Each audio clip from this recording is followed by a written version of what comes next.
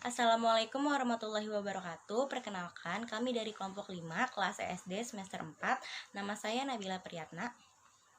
Nama saya Salma Nabila. Nama saya Kurnia Ramadanti. Nama saya Lutfi Paramita. Nama saya Ines Aksela. Perkenalkan, nama saya Fazira Adriano.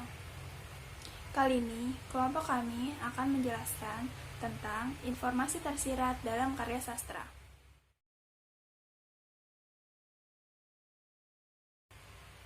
Dalam Kamus Besar Bahasa Indonesia, kata informasi memiliki arti penerangan atau pemberitahuan, sedangkan kata tersirat memiliki arti yaitu tersembunyi. Dalam beberapa artikel, informasi tersirat memiliki beberapa pengertian. Yang pertama, informasi tersirat adalah informasi yang tersembunyi. Yang kedua, informasi tersirat adalah informasi yang tidak tertulis dalam bacaan. Menurut pengertian lainnya, informasi tersirat adalah makna atau maksud dari sebuah pembicaraan atau tulisan yang tidak disampaikan secara langsung, yang dapat dimengerti dengan cara benar-benar memahami keseluruhan pembicaraan atau tulisan. Jadi, dapat disimpulkan bahwa informasi tersirat atau implisit dalam karya sastra adalah informasi yang tidak disampaikan secara langsung dalam sebuah tulisan, melainkan bagaimana seorang pembaca harus membaca secara keseluruhan untuk memahami arti, maksud, dan makna yang terkandung dalam tulisan atau bacaan tersebut. Menggali informasi tersirat dalam sebuah karya sastra sedikit lebih sulit dibandingkan dengan menggali informasi tersurat. Hal ini dikarenakan informasi tersurat sudah disampaikan secara jelas dalam bacaan atau teks, sehingga kita dapat langsung memahami dan menangkap pesan yang ingin disampaikan hanya dengan memperhatikan kata-kata yang diucapkan. Sedangkan dalam menggali informasi tersirat, kita harus mencari dan memilih informasi yang tidak tertulis dengan terperinci atau tersembunyi dalam teks sastra, sehingga membuat kita harus benar-benar memahami teks sastra tersebut.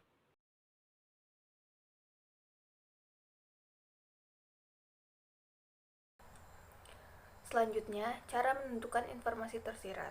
Berikut adalah cara untuk menentukan informasi tersirat. Yang pertama yaitu membaca keseluruhan teks dengan seksama.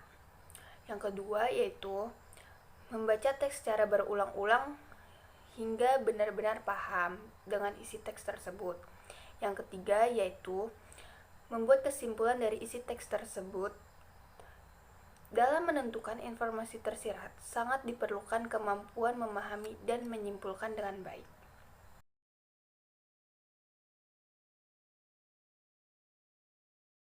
Contoh dari informasi tersirat.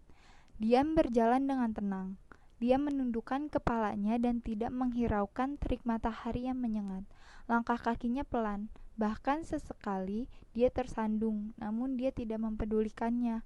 Matanya menahan sendu setelah mendapat kabar dari rumah. Kabar itu baru saja dia dapatkan setelah pelajaran pertama usai.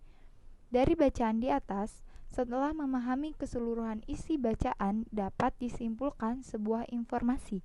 Informasi dari bacaan tersebut diberikan secara tersirat. Informasi tersirat dari bacaan tersebut adalah Gian sedang bersedih.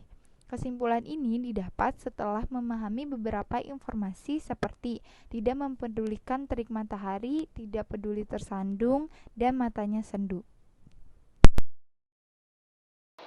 Contoh informasi tersirat yang kedua terdapat pada soal pilihan ganda sebagai berikut. Fahima, murid kelas 6 SD Mutiara.